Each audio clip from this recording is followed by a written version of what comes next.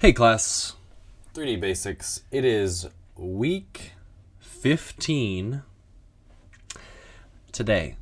A little bit lighter as we're approaching the end of the semester. But we've got a few little things to cover. We're going to talk about your final assignment, or your final project, we're calling it. I also want to do a review of rendering animations, since that seems to be a problem for some, so I want to revisit it. You can also look back to the previous lecture on rendering animations. And then finally, we're actually just going to explore a handful of other 3D programs. We're not actually going to open them up and play with them because I don't have many of them on my computer.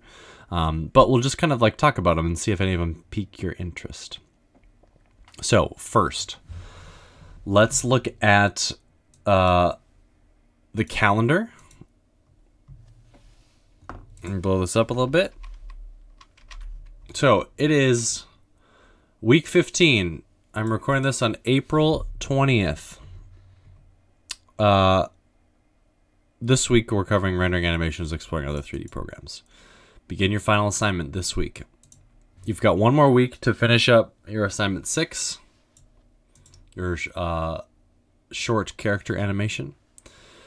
Then we've got 2 more lectures. So we've got a lecture next week, which again will probably be something pretty simple and light. And then we've got our final Zoom May 5th, and then your final assignment is due the last day of the class, which is May 12th. Now, let's talk about, so the last day to withdraw from this class is April 26th. So looking at the calendar, that is Tuesday. Oops, it's behind my head. Tuesday, April 26th is the last day to withdraw from this class. So if you are behind and you haven't turned in a single assignment, you may need to consider that to avoid getting an F. W's are better than F's. Okay, let's talk about your final assignment, which I thought I had open in a window, and I do. Let's blow this up. Final project. Create a portfolio-worthy 3D model, scene, or animation to showcase your skills. Can be absolutely anything. This is worth 30 points. So if you'll remember, there are 100 total points in this class. So this means this is worth 30% of your final grade for this class. So if you don't do it, you're going to get a C at best. Now, 14 points are for my judgment on your level of effort. I'm looking for 10 to 20 hours worth of effort here on this final project. 10 points are assigned to showcasing a variety of skills from the semester. Variety of skills from the semester used. Well, that doesn't quite make sense in my head, but I want to see a variety of different skills that we talked about this semester. So like lighting, modeling, materials, animation, etc. So I'm not looking if you're focused on some animating, mostly animating, great. Spend most of your time on animating, but I do want to see some of these other things included in your final project. So like lighting, having materials, things like that. But again, if you're going to spend 20 hours on this and you spend 18 hours animating, that's awesome. That's great. I encourage that. 4 points for including a final render. So if it's an animation, you should have a video rendered. 2 points for an on-time submission. So just a reminder, D2L closes after the last day of the class. So for this class, that would be May 12th is the last day that D2L is open. There are technically a few more days after that before the semester officially ends, but D2L is closed on May 13th. So if you are concerned about that, you have to email me. You must email me because D2L just Blocks everybody out after the last day of the semester. One thing that isn't included here, but I will type it up maybe after I'm done with this, but I'm going to describe it to you now. I want to have all of your project assets together. So like submit all of your project files for this. So like if you're using image textures or anything else of that sort, I want you to include that in what you're submitting. So I want your Blender file and any other image textures or any other like reference images or anything like that together. And you can upload them individually, or like you can, if you have a folder that's like, I don't know, like this whole thing. If you're on Windows, you can right click and compress. Well, I have 7-zip, so you can compress to, you know, a 7-zip file, or you compress to a zip, and I believe on a Mac it works too. If you select a folder and you right click and say compress, it'll make it a zip for you. So you can, if you save all of your stuff in the same folder, which is good practice, you can submit that to D2L. In addition to a final render. So it could be a still image, or it could be a video file. So let's talk about making a video file real quick, because it seems to be something that's a little tricky. So, real quick, let's do an animation. We got a cube here. First off, I want to set this to be only 60 frames long. So I've got start frame 1, end frame 60. Boom. So now we only have a 60 frame animation. I'm going to select my cube. So another thing, in order to have a render, you need a camera. I wonder if that's a problem for some. You need to have a camera to render. So I'm going to select my cube. I'm actually going to go to my camera view here. I'm going to select my cube. I for insert keyframe. Location, rotation, scale on frame 1. Let's move ahead to frame 60. I'm going to G here. Whoops. R rotate. S scale like this. And then I insert keyframe available. Boom. My tools went away. So now we have this animation. All right. Let's render. Follow along with me, please. The easiest way to do this is to just render out a video file. And the easiest is with an asterisk. It may be easier for you. So here, output properties. Here you are designating your output resolution. 1920 by 1080 is also known as 1080p. Frame rate 24 frames per second, or 30 or 60 or whatever. Down here, so again, confirm your frame range that it's going to render. It's going to render from frame 1, start at 1, end at 60, going at 1 frame at a time. So yes, that I'm confirming that our frame is between 1 and 60. Now, output. Here's where I think some people get lost. First, select where you want the render to go.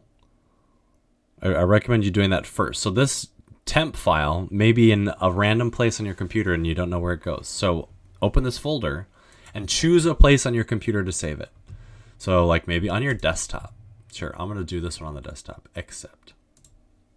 So this is C users Nolan OneDrive. I guess it's on OneDrive at desktop. Now, file format. PNG is what it's set to default. That is an image. That's a still image.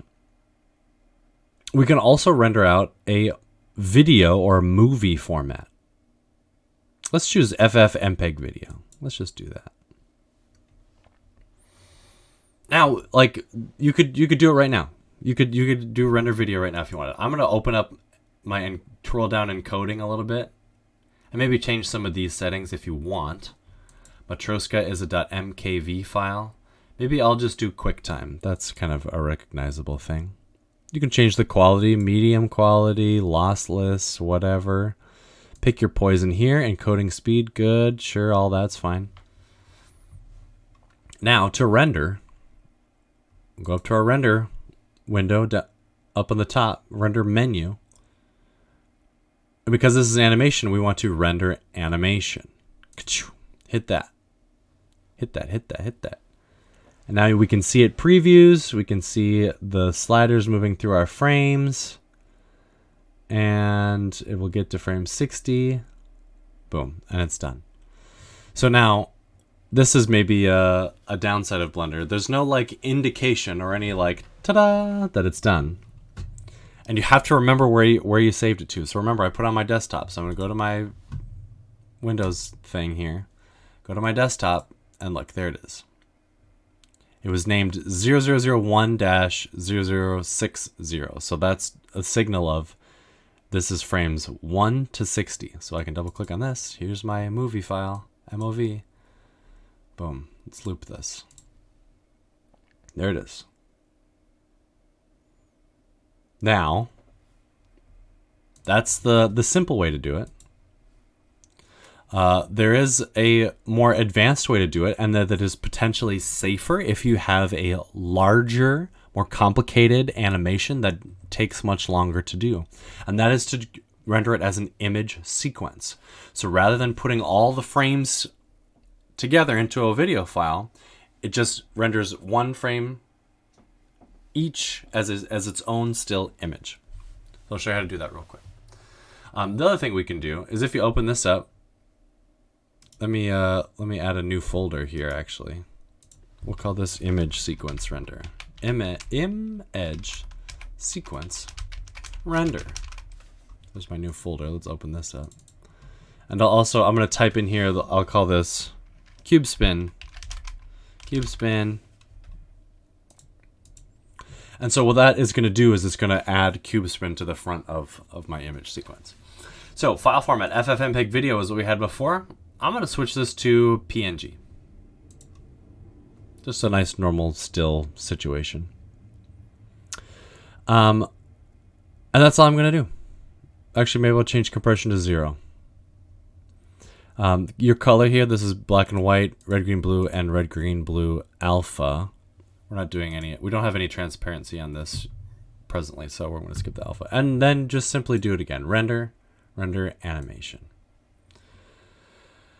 And so, as I said, rather than make it a video file, it's going to make rather than one video file, it's going to make it 60 PNGs.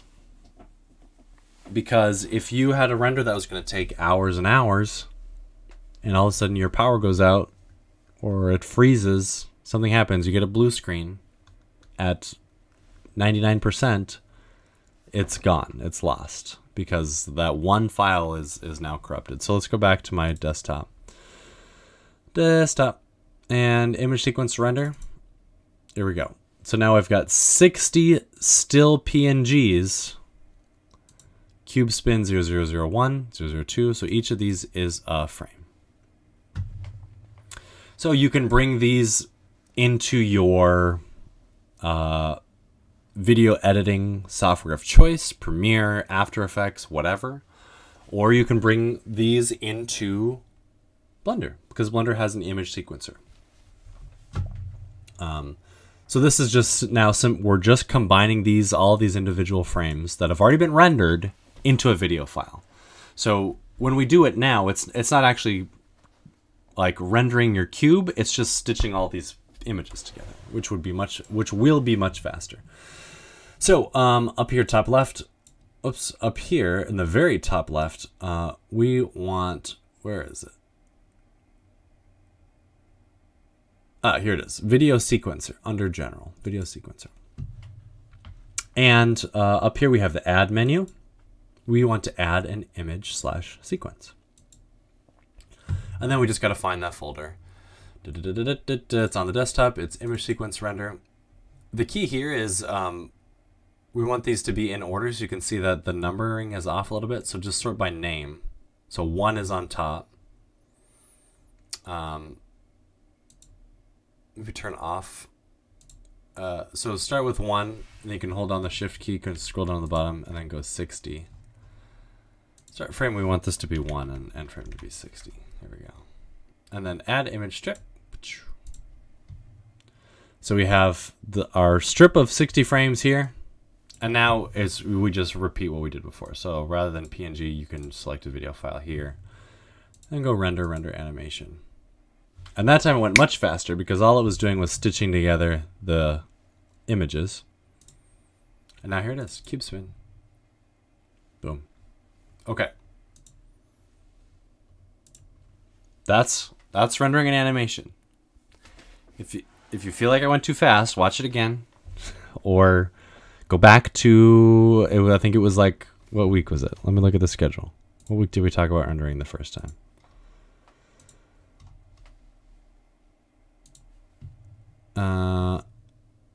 I think it was here, March 3rd. Go back to week 8 and watch the rendering thing. Oakley dokley.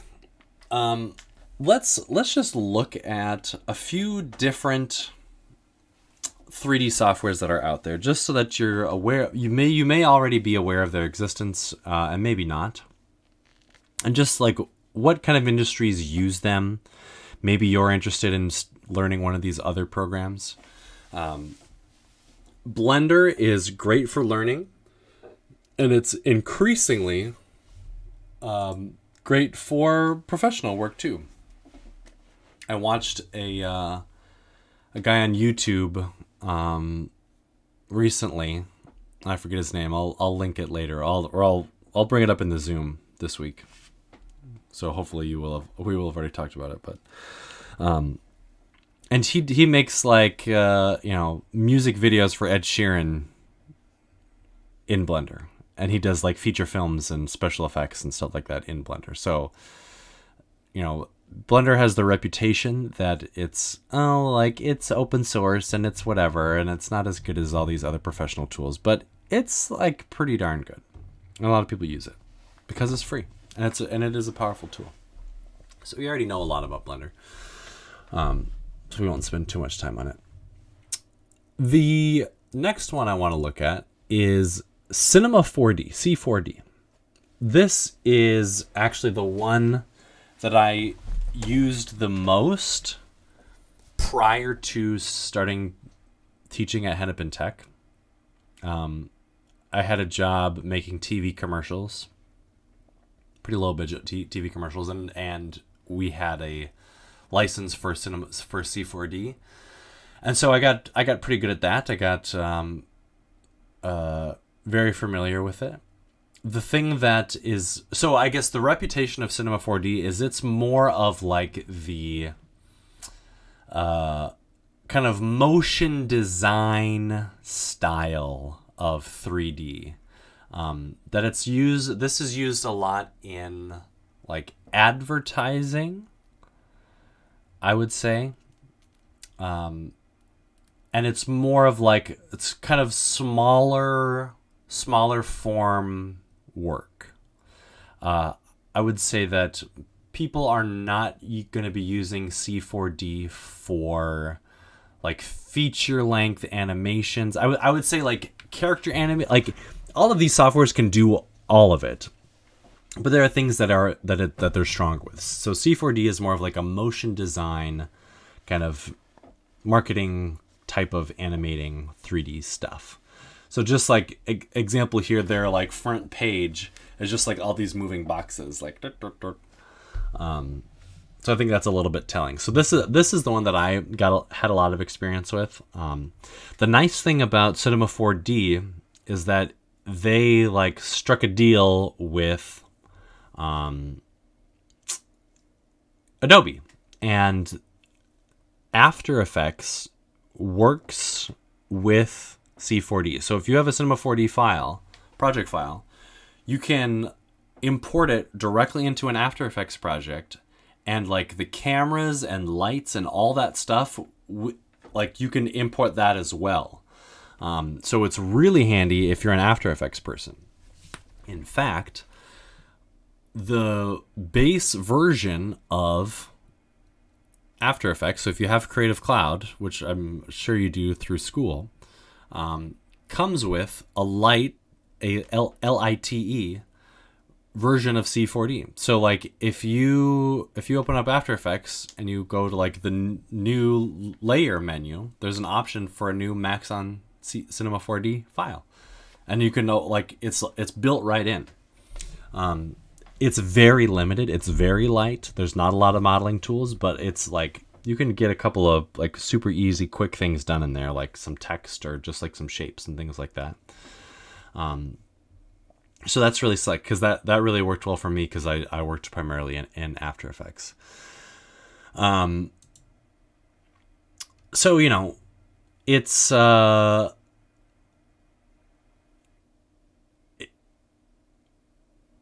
obviously it's not a free software, but they had this deal. And I actually encouraged, I got this deal for myself, but if you're on Maxon, so Maxon owns it. By the way, Maxon purchased Red Giant within the last couple of years, so like a lot of those cool After Effects are also part of this bundle that I'm about to show you. So if you go to students and teachers here, you can get a Maxon One subscription for, and it's actually, this is a little bit more than it was before. I think previously it was like $6 for 6 months or something like that. But $10 for like several months, and you get all of it. So you get C4D, but also like all of their other like Red Giant After Effects plugins and stuff like that. So if you're a motion designer, 3D kind of person like I was, this is an amazing deal. But anyway, so yeah, that's Maxon or C4D. So yeah, they purchased Red Giant. Oh yeah, so Redshift. This is actually brings up a cool another point. So, Redshift is a render engine, and it's like, you know, we talked about render engines a little bit, but this is a pretty popular one that plugs into many other 3D programs. So like Redshift works with C4D. It maybe works with Blender. I don't think so. But it also works with some other brands too. Like we'll look at some of the Autodesk ones in a little bit. But you know, the fancy render engines can do like some really just cool lighting and cool renders and things like that. So Redshift, the Redshift render engine is included in that Maxon One subscription. But obviously, like everything you see here, they must have bought ZBrush recently. So funny. That's actually one of the other ones we're going to look at. Anyway. So that's Cinema 4D and Maxon. So I guess speaking of ZBrush, yeah, this is like news, because the last time I checked in on this, ZBrush was their own thing, but Maxon must have purchased ZBrush. So ZBrush is another piece of software, which I guess is now included in the Maxon family of softwares. But the specialty of ZBrush was sculpting. So if you like look at some of the ZBrush marketing materials here, let's go to their community. But anyway, ZBrush specializes in sculpting. And so like a lot of people create characters in ZBrush because there's like really powerful sculpting tools, and it's actually like, it's a very efficient software. So it works really well and is really fast with high polygon count stuff. And there is like a free version of it. 3D software. Yeah, so here's just some cool things. Like, people make some really cool detailed characters and faces and models with ZBrush. But again, this is another paid one. Let me go back. Get ZBrush, buy ZBrush.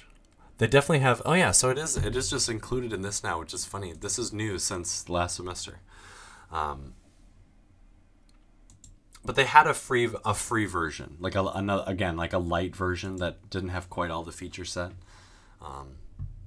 But anyway, so that's ZBrush. That's another cool one. The big one in the industry is Autodesk.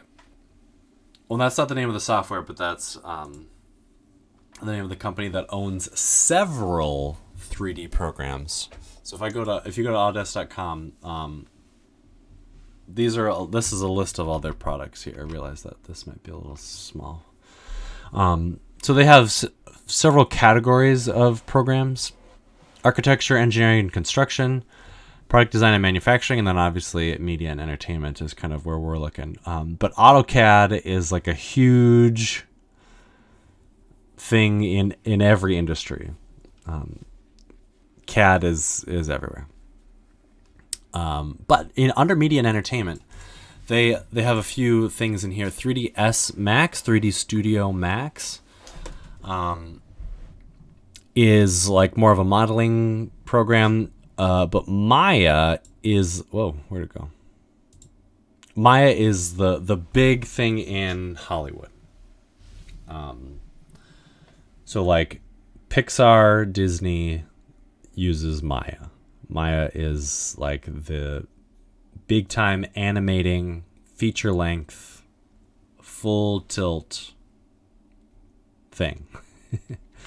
When I took this class several years ago at Hennepin Tech, we were learning Maya. Arnold is their render engine, is their kind of fancier render engine, so that's not super exciting. But yeah, Maya.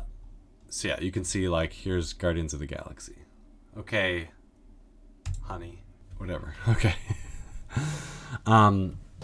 So you can see, yes, there's Guardians of the Galaxy there. So they did that.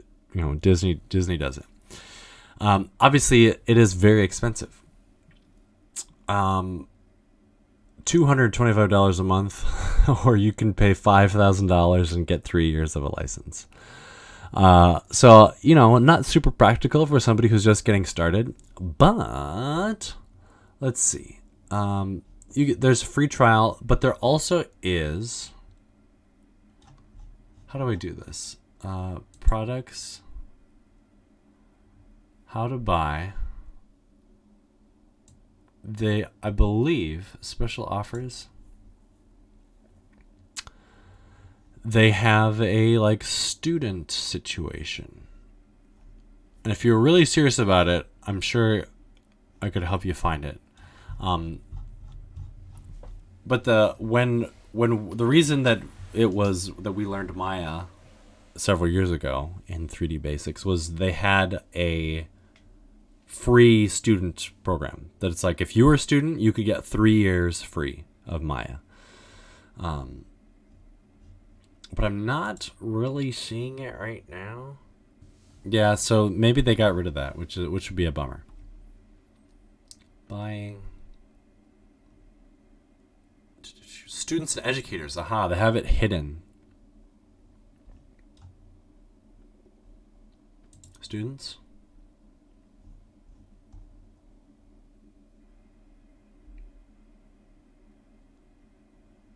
Yeah. So I think, if you go to like get products like this. Yeah, so I'm pretty sure you can download these for free. You just have to like prove to them that you're a student. I think you have to like just have a student email address and they'll let you use it for free. Anyway. So it's Autodesk.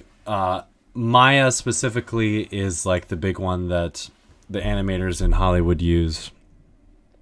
And 3ds Max they're like extremely similar programs.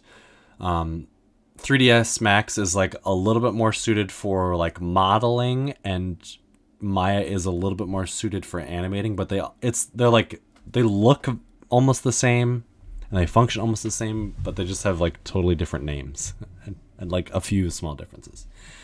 Anywho, the other program that's really been making headlines lately in the last couple weeks actually is Unreal Engine. So this is another free one, which is really compelling because I actually am very interested in looking at this program. Unreal has done some crazy stuff, and they're like really disrupting the industry. It obviously started as a video game engine. Like Unreal was like one of the first person shooter games in the 90s. Unreal Tournament. And now, like, if you ever watch the Weather Channel, or if you see news stations like show clips of the Weather Channel, and they're standing on a green screen set, but then there's like there's like tornadoes happening around them live. They're using Unreal because it's a video game engine, so it can render. They use it to render things instantly. And there's a lot of clever tricks to make things look real, so that you can have things several times a second. Because like if you think about video games, if you're playing something at 60 frames per second, it needs to render in less than 1/60th of a second. And think about how long it takes to render one image in Blender. And now imagine the detail of this city scene being rendered several times a second. So I'm actually just like scrolling my mouse wheel and it was doing all that. So this is actually kind of cool. So yeah, there's like a lot of tricky behind the scenes programming and stuff that really makes it super exciting. So I'm very interested in toying with this. Maybe this will be my summer project. I'll look through. I want to learn a little bit more about Unreal. The only game engine that I've actually spent time in is Unity. And there was a period of time where Unity and Unreal were kind of like on par with each other. They were kind of competing to be like, oh, who's the best free game engine? But then like Unreal's really started doing this cool live ray tracing stuff, and now it's like Unreal is unreal. And Unreal has, let me just scroll around a little bit, modeling tools. So you can see kind of some of the stuff here in these screenshots, textures and lighting and things like that. I don't think it's quite as robust of a modeling and animating program, because it's more of a game engine, but that doesn't mean that you can't model things in Blender or something else and take those models and insert them into Unreal Engine. So Unreal is cool. Unreal's doing some really cool stuff. Yeah, so look, they got some characters and stuff here. Yeah. Very cool. What else we got? We looked at ZBrush. Houdini is another one that pops up. Houdini has some really cool like procedural stuff. So a lot of 3D artists use Houdini. It's a program, but they also have a render engine as well. So I think Houdini is more for digital art rather than like media production or anything like that. Yeah. I haven't played with this at all, so like I don't know a lot about it. Here they say film and TV, game development, MoGraph, and VR. So yeah, there's Houdini. And the other one that I actually haven't really heard of, and I always just assumed that Adobe didn't have a 3D offering, but Adobe does, and it's called Substance 3D, which is a collection of 3D programs. But yeah, I've never opened it up. I had never heard of it, but as I was like just making some notes for this lecture, I came across it and I was like, oh, so they have Substance 3D Stager, compose and render state-of-the-art 3D scenes. Substance 3D Painter, this is for texturing. Sampler is creating materials and lights from real-life images. And then Designer, which is like modeling. Or I guess, what is this? Substance 3D Modeler, intuitive. Oh, so this is more of like a sculpting thing. On desktop and in VR. Ooh, that actually sounds kind of exciting. So yeah, Adobe has a thing too. Is that all the ones I bookmarked? Yeah. So yeah, so those are a handful of different things that are out there. Just so you know, I think the 3D software space has a lot of options, a lot of really good options at different price points. Obviously, like Blender is free, Unreal is free. Well, Unreal is free until you make $1 million. I think that's when they say that they get 10% if you're using Unreal, which is a cool business model, I think. And then there's clearly more expensive options. So like Cinema 4D is like a subscription thing. Autodesk is like a super expensive subscription thing, thousands of dollars. At work, I work with a creative agency, and they use Maya. And so like, here's quick story time. The company I work for, the like symbol of our company is a bike, and we paid these creative people to like come up with this very detailed and specific looking bike that they modeled in 3D, and they did it in Maya. And the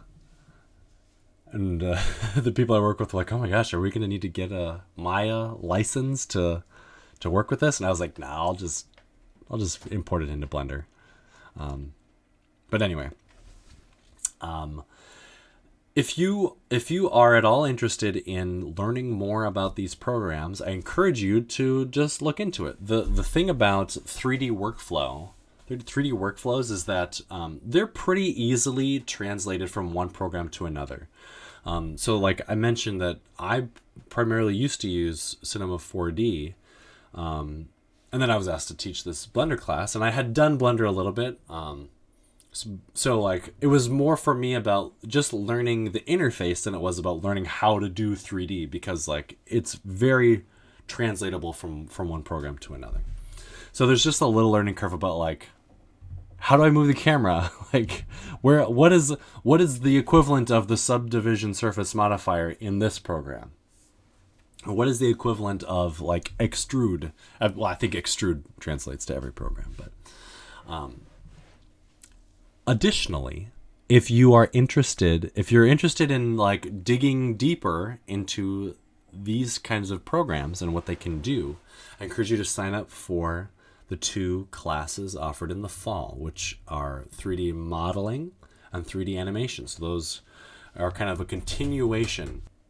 So in the modeling class, we dive a lot deeper into like creating really cool textures, materials, lighting, using like bump maps and making things look photorealistic. And we also look at some of these other programs. We actually open them up and see what's inside.